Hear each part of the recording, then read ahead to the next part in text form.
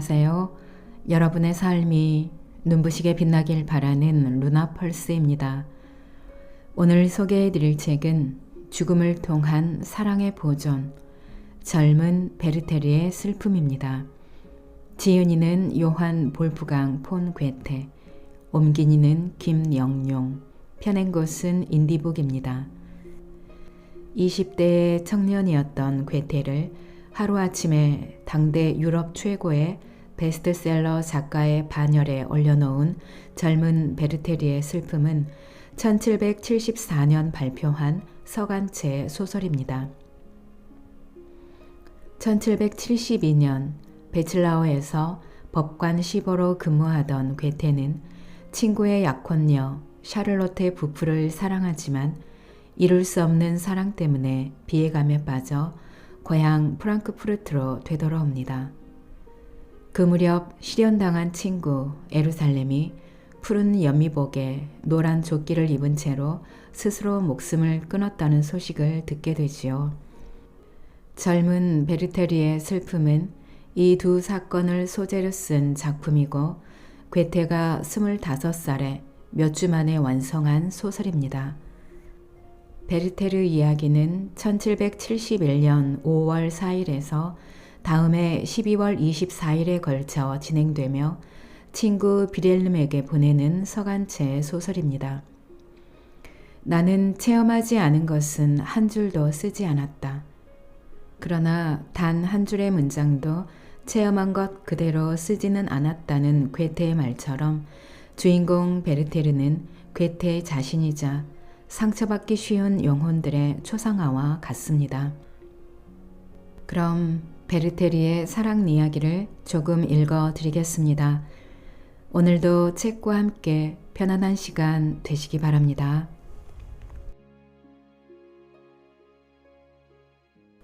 (1771년 7월 8일) 사람이란 어쩌면 그리도 어린아이 같을까? 단 한 번만이라도 나에게 눈길 주기를 바라다니. 어쩌면 이다지도 어린애 같단 말인가. 우리는 바라임에 같이 갔었지. 여자들은 마차를 타고 우리는 걸어서 갔는데 나는 걸어가면서 내내 이런 생각을 했다네. 로테의 검은 눈동자 속에 분명히 나는 바보일세. 용서해 주게나. 자네에게도 보여주고 싶네. 그 눈을. 간단히 말해서 이런 이야기일세. 여자들은 마차에 올라타고 젊은 W와 젤슈타트, 아우드란, 그리고 나는 마차 주위에 둘러서 있었네. 마차 안의 여자들과 바깥에 둘러선 남자들 사이에 대화가 오고 갔지. 모두들 수다스럽고 쾌활한 친구들이었거든. 나는 로테의 눈길을 잡으려 하고 있었지. 아, 그 눈길은 다른 사내들에게로만 이리저리 보내졌네. 그런데 내게는 나는 따돌려진 채 체념을 하고 서 있었네. 그 눈길은 내게는 단 한 번도 닿지 않았다네. 나는 마음속으로 잘 가라는 인사를 1000번도 더 하고 있었는데 말일세.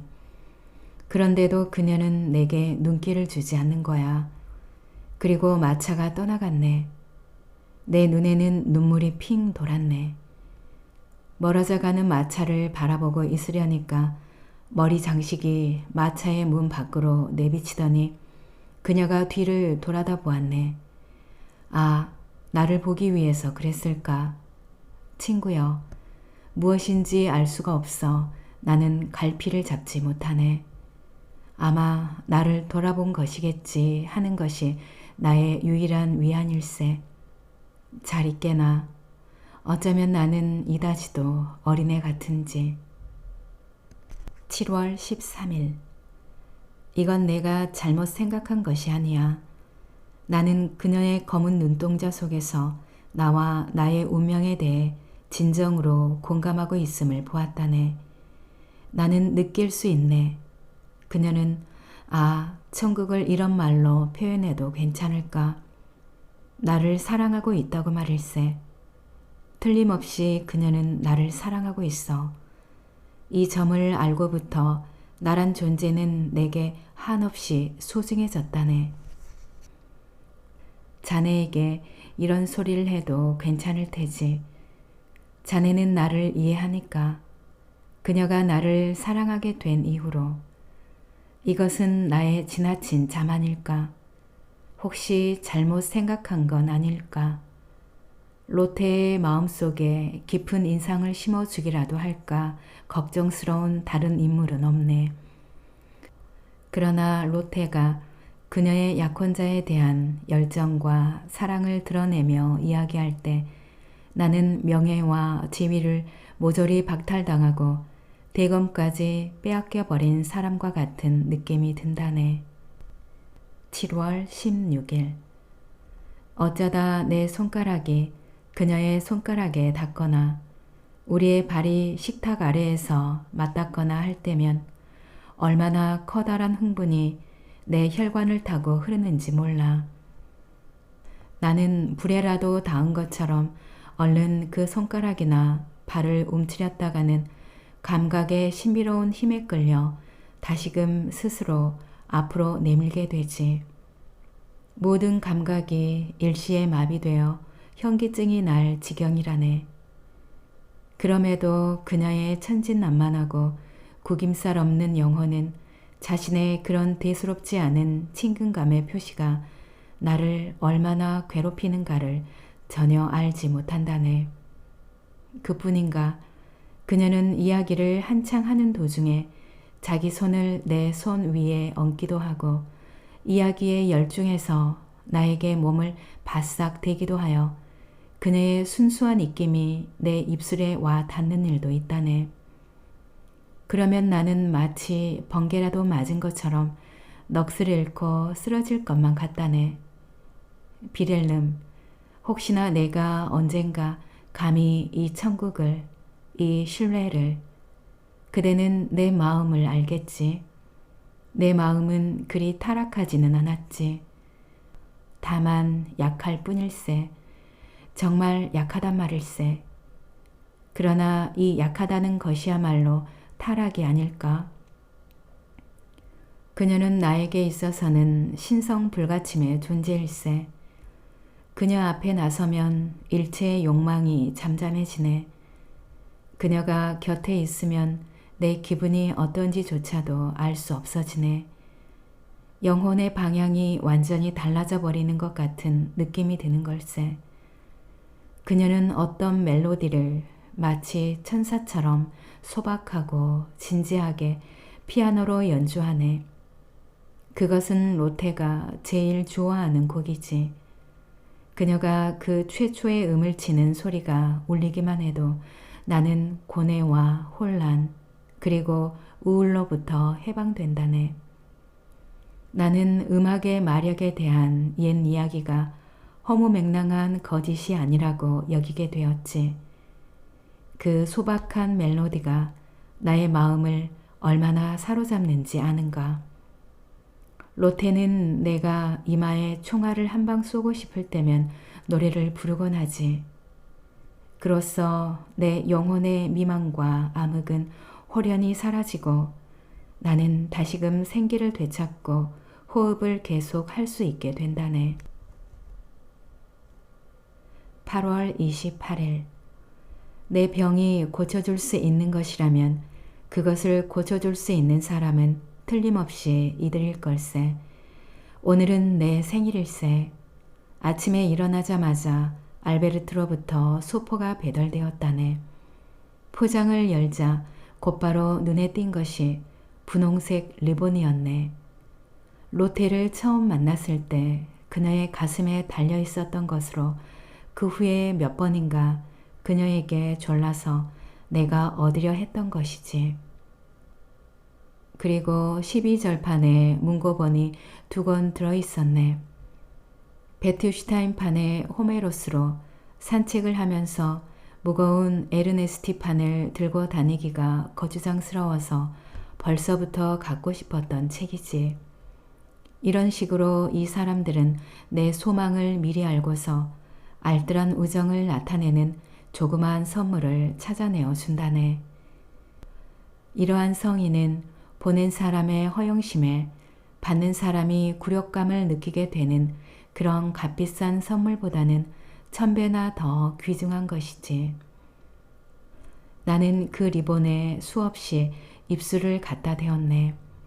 그리고 숨을 내쉬고 들이쉴 때마다 그 즐거웠던 날들, 다시는 돌아오지 않을 짧은 그 시절의 행복한 추억들을 되새겼다네.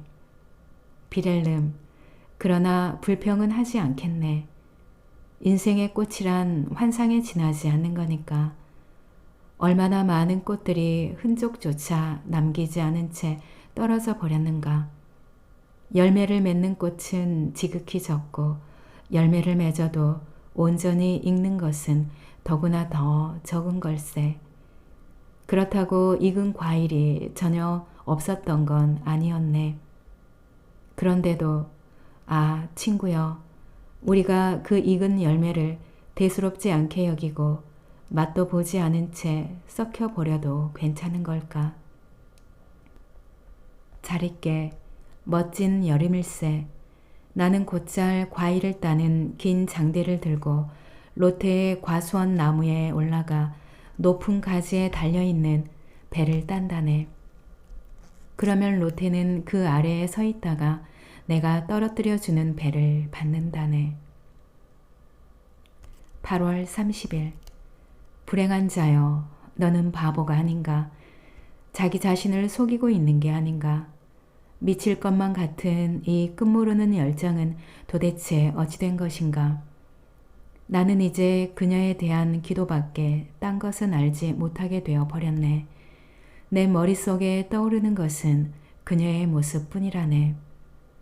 그리고 그런 식으로 공상에 잠겨 있으면 나는 행복한 몇 시간을 누릴 수가 있다네. 그러나 이윽고 나는 그녀에 대한 생각을 떨쳐버려야만 하는 걸세. 비렐름, 내 마음은 나를 어디로 몰아가려 하는 것일까? 그녀 곁에서 2시간이고 3시간이 흘러가면 그녀의 모습, 그녀의 거동, 그리고 그녀의 고상한 말에 황홀해져 있다가도 차차 모든 감각이 긴장되어 눈앞이 깜깜해지고 귀가 먹먹해지며 암살자의 손이 목을 조르는 것 같은 느낌이 든다네. 그리하여 내 심장은 숨막히는 감각을 완화시키려고 세차게 고동치는데 그것이 오히려 감각의 혼란을 더 가중시킬 뿐이라네. 비렐름, 그러면 나는 자신이 이 지상에 있는지 없는지도 모르게 되어 버리는 걸세. 때때로 가눌 길 없는 슬픔에 압도되어 있을 때 로테의 손에 얼굴을 묻고 실컷 울어서 가슴 속의 괴로움을 풀어버릴 수 있는 슬픈 위안이라도 허락되지 않으면 나는 그 자리에서 도망쳐 나와 버리지 않을 수 없네. 그리하면 먼 들길을 헤매고 다닌다네. 가파른 산을 기어오르고 길도 없는 숲속을 헤매고 다니다가 덤불에 긁혀 상처가 나고 가시에 찔리기도 하는데 그러고 나면 속이 후련해지는 걸세. 그야말로 얼마쯤 말일세. 그러다가 도중에 피로와 갈증 때문에 몇 번이나 쓰러져 눕곤 한다네. 보름달이 하늘 높이 떠오르면 상처 입은 발바닥 때문에 잠깐이나마 쉬려고 고요한 숲속에 구부러진 나무뿌리 위에 앉는다네. 난 지친 데다 긴장이 풀려 어슴푸레한 달빛 속에서 꾸벅꾸벅 잠들어 버리지. 비렐름, 수도원과도 같은 쓸쓸한 작은 방, 그리고 참외의 수도복에 가시덤불의 허리띠, 그것이 내가 마음속으로 동경하며 갈구하는 위안인 것만 같네. 잘 있게. 이 비참한 상태의 종말은 무덤 밖에는 없을 것 같네. 9월 10일. 참 힘든 밤이었네. 비렐름, 지금 나는 모든 것을 극복했다네. 이제 다시 그녀를 보는 일은 없을 걸세. 자네 목을 끌어안고 실컷 눈물을 흘리며 내 가슴 속에서 몰아치는 갖가지 생각을 마음껏 하소연할 수 있으면 좋으련만. 나는 지금 마음을 진정시키려 애쓰면서 아침이 되기를 기다리고 있다네. 그녀는 편히 잠들어 있네. 다시는 나를 보지 못하리라는 것은 꿈에도 모르고 있을 걸세. 2시간 동안이나 대화를 나누면서도 나는 마음을 굳게 먹고 내 계획을 발설하지 않았네. 아, 정말 기막힌 대화였어. 알베르트는 저녁 식사 후 곧 로테와 함께 정원으로 나오겠노라고 약속을 했었지. 나는 언덕의 밤나무 아래에 서서 언제 다시 볼지 모르는 그리운 골짜기, 조용히 흐르는 강물 저 너머로 지는 해를 바라보고 있었네. 지금까지 나는 몇 번이나 그녀와 함께 이곳에서 그 장엄한 광경을 바라보곤 했었지. 그러나 지금은 내가 좋아하던 가로수길을 오락가락 해보았네. 내 마음을 이끄는 뭐라 형언할 수 없는 정치가 어리어 있어서 아직 로테를 알지 못했을 때부터 나는 곧잘 이곳에서 발길을 멈추곤 했었다네. 그리고 서로 알게 된 지 얼마 지나지 않아서 우리가 다 같이 이곳을 좋아하고 있다는 것을 알고는 무척이나 기뻐했었지. 확실히 이곳은 내가 본 것 중에서는 가장 낭만적인 장소일세. 우선 밤나무들 사이로 전망이 탁 트여 있다네. 여기에 대해서는 자네에게 벌써 꽤 여러 번 이야기한 것 같군. 너도 밤나무 숲이 병풍처럼 둘러싸고 그에 이어져 있는 우거진 나무들로 가로수길은 더욱더 어두워지는데 그 끝에 아늑한 장소가 있지. 거기엔 섬뜩할 정도의 정적이 깃들여 있다네. 지금도 기억하고 있는데 내가 어느 날 한낮에 처음으로 이곳에 발을 들여놓았을 때 나는 가슴이 뭉클해짐을 느꼈지. 그리고 이곳이 장차 내 행복과 고뇌의 무대가 될 것 같은 예감이 어렴풋이 들었다네. 내가 약 반시간쯤 이별과 재회에 애달프고 달콤한 상념에 잠겨 있으려니까 두 사람이 언덕을 올라오는 발소리가 들렸다네. 나는 얼른 달려가서 그들을 맞이하고 일종의 전율을 느끼면서 그녀의 손을 잡고 거기에 키스를 했네. 우리가 언덕 위에 오르자 때마침 달이 울창한 언덕 너머에서 떠오르기 시작하였네. 잡담을 나누며 걷다 보니 어느새 어두운 정자에 이르렀네. 로테는 정자 안으로 들어가 앉았고 알베르트가 그 옆에 앉았네. 나도 앉기는 했지만 마음이 안정되지 않아서 그대로 앉아 있을 수가 없었네. 나는 일어나서 그녀 앞을 이리저리 왔다 갔다 하다가 다시 앉았네. 어쩐지 몹시 불안한 기분이었네. 로테는 달빛의 아름다움을 감상하도록 우리의 주의를 환기시켜 주었네.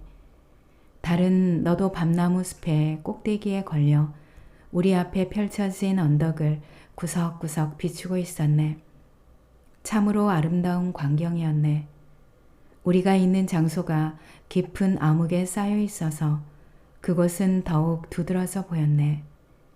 이윽고 로테가 말문을 열었네. 달밤에 산책을 하면 저는 언제나 돌아가신 분들 생각이 나요. 자꾸만 죽음이라든가 내세에 대한 생각을 하게 되는 거예요. 우리도 언젠가는 저 세상에 갈 게 아니에요. 로테는 뭐라 말할 수 없는 감정이 어린 목소리에 말을 이었네. 베르테르, 우리는 저 세상에서 다시 만나게 될까요? 서로가 알아볼 수 있을까요? 어떻게 생각하세요? 로테, 하며 나는 눈에 눈물이 그득한 채 그녀의 손을 잡았네. 우리는 다시 만나게 됩니다. 이 세상에서나 저 세상에서나 다시 만나게 되고 말고요. 나는 그 이상 말을 계속할 수가 없었네. 비렐름, 내가 애달픈 이별을 가슴속에 숨기고 있을 때 그녀가 나에게 그런 말을 하다니. 돌아가신 그리운 사람들은 우리가 어떻게 지내고 있는지 알고 있을까요? 로테는 말을 계속하였다네. 우리가 몸성이 잘 있으면서 변함없이 그분들 생각을 하고 있다는 걸 알고 있을까요? 조용한 저녁 무렵 어머니의 아이들, 곧 제 동생들과 같이 있을 때 아이들이 어머니에게 했던 것처럼 제 둘레에 모여들 때마다 어머니가 임종하실 때 아이들을 어머니처럼 돌보겠어요 라고 했던 그 약속을 제가 정성껏 지키고 있는 모습을 어머니께서 보셨으면 하고 생각한다는 걸 말이에요. 저는 이렇게 중얼거린답니다. 그리운 어머니, 만일 제가 아이들에게 어머니만큼 좋은 어머니 노릇을 못하고 있다면 그 점은 용서해 주세요. 그렇지만 저는 제가 할 수 있는 최대한의 노력을 하고 있어요. 아이들에게 옷을 입혀주고 빵을 먹여주고 그리고 또 이게 가장 중요한 일인데 아이들을 잘 다독거려주고 사랑하고 있어요. 그리운 어머니, 우리가 단란하게 지내는 전경을 보신다면 아마도 어머니는 하느님께 뜨거운 감사를 드릴 거예요. 어머니께서는 임종 때 아픈 눈물을 흘리며 아이들의 행복을 하느님께 기도하셨으니까요. 라고요. 그녀는 그렇게 말했네. 비렐름, 그 누가 그녀의 말을 되풀이할 수 있으랴. 생명 없는 차가운 문자로 그 성스러운 정신의 꽃을 어찌 표현할 수 있으랴. 알베르트는 점잖게 그녀의 말을 가로막았네.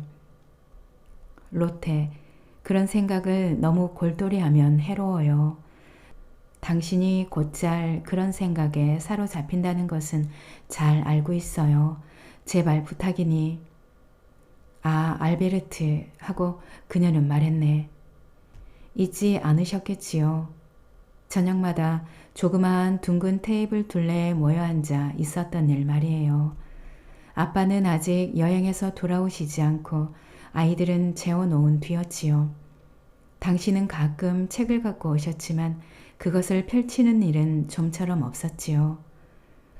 무엇보다 어머니의 그 기품 있는 영혼과 접촉하는 일이 마음을 사로잡았으니까요. 어머니는 아름답고 다정하고 쾌활하셨으며 휴식을 모르는 분이었어요. 하느님은 제 눈물을 알아주실 거예요. 저는 침대에서 하느님 앞에 엎드려 부디 어머니 같은 사람이 되게 해주소서 하고 눈물을 흘리며 기도한 적이 한두 번이 아니랍니다. 로테 하고 소리치며 나는 그녀 앞에 무릎을 꿇었네. 내 눈에서 하염없이 흐르는 눈물이 그녀의 손을 적셨네. 로테, 하느님의 은총이 당신에게 있고 또 어머니의 영혼도 결코 당신 곁을 떠나지 않을 겁니다. 베르테르가 어머니를 생전에 아셨더라면. 로테는 내 손을 꼭 잡으며 말했네. 어머니는 당신이 인정할 만한 훌륭한 분이었어요. 나는 까무러칠 것만 같았네. 이토록 자랑스러운 말을 나는 들어본 적이 없었네. 로테는 말을 계속하였네. 하지만 어머니는 한창 나이에 돌아가셨어요. 막내가 태어난 지 채 6달이 되기 전이었어요. 오랜 병환이 아니었어요. 어머니는 조용히 운명의 몸을 맡기고 있었는데 다만 아이들, 특히 막내 일을 생각하며 가슴 아파하셨어요. 마침내 임종이 가까워지자 저에게 아이들을 모두 데리고 오너라 하셨어요. 저는 아이들을 데리고 들어갔는데 작은 애들은 아직도 사정을 알지 못했고 큰 애들은 어쩔 줄 모르고 있었어요. 아이들이 침대 주위에 둘러서자 어머니는 두 손을 들고 아이들을 위해 기도를 해주시고 한 아이씩 차례로 입을 맞춰준 다음 밖으로 내보냈어요. 그리고 저에게 말씀하셨어요. 저 아이들의 어머니가 되어다오. 저는 어머니의 손을 잡고 맹세를 했지요. 로테, 이 약속은 지키기가 쉽지 않단다 하고 어머니는 말씀하였어요. 어머니의 마음과 어머니의 눈을 지녀야만 하는 거야. 그것이 어떤 것인지 너는 잘 알고 있을 거다. 때때로 네 눈에 글썽거리는 감사의 눈물을 보고 나는 그걸 알게 됐지. 네 동생들을 위해서 부디 그런 마음과 눈을 가져주기 바란다. 그리고 아버지에겐 아내와 같은 정성과 순종하는 마음으로 대하고 위로해 드리도록 해라. 어머니는 아버지를 찾으셨으나 아버지는 집에 계시지 않았어요. 슬픔을 못 이겨 괴로워하는 모습을 보이지 않으려고 밖으로 나가셨던 겁니다. 알베르트, 당신은 그때 방에 계셨죠. 어머니는 당신 말소리를 듣고 누구냐고 묻고는 당신을 곁에 부르셨어요. 그리고 당신과 저를 보시며 너희 두 사람은 행복할 거야. 함께 행복하게 살아가겠지 하시고는 안심한 듯이 평온한 눈길을 보내셨어요. 알베르트는 로테의 목을 끌어안고 키스를 하면서 외쳤네. 그래, 우리는 행복해. 앞으로도 행복하게 살아갈 거요. 냉정한 알베르트도 완전히 자제력을 잃고 있었으며 나도 제정신이 아니었네. 베르테르, 로테는 다시 말했네. 그런 어머니가 돌아가셨어요. 이 세상에서 가장 사랑하는 사람을 잃어버리면 가장 사무치게 느끼는 것은 아이들일 거예요. 아이들은 그 뒤로 검은 옷을 입은 사람들이 엄마를 데리고 가버렸어 하며 오래도록 슬퍼했지요.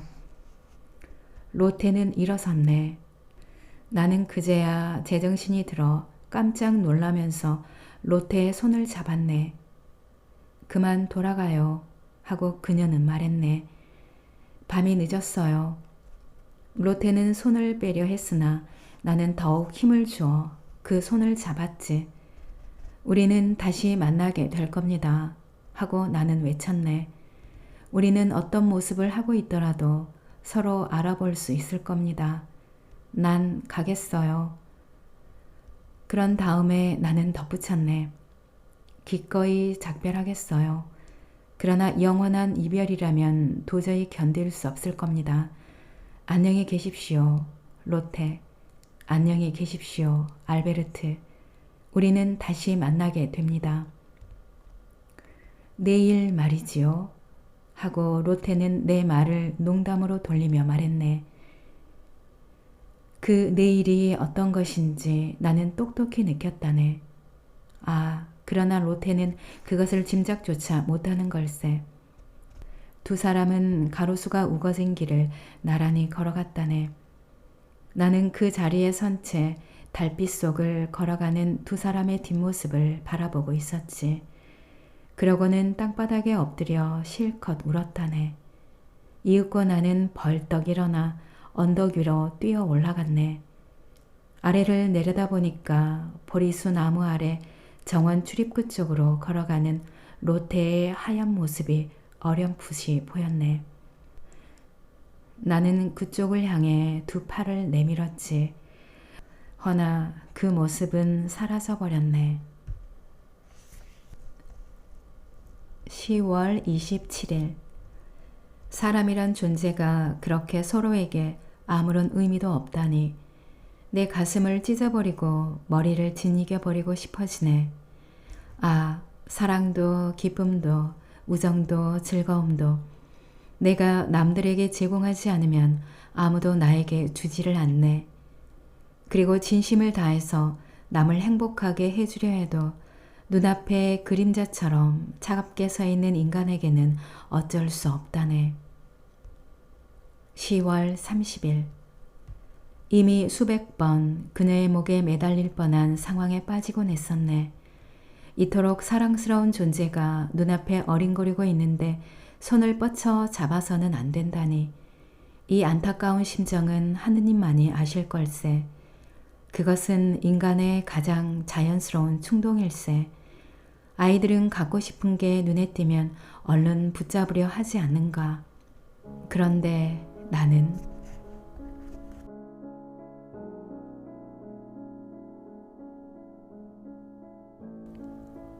오늘 영상은 여기까지입니다.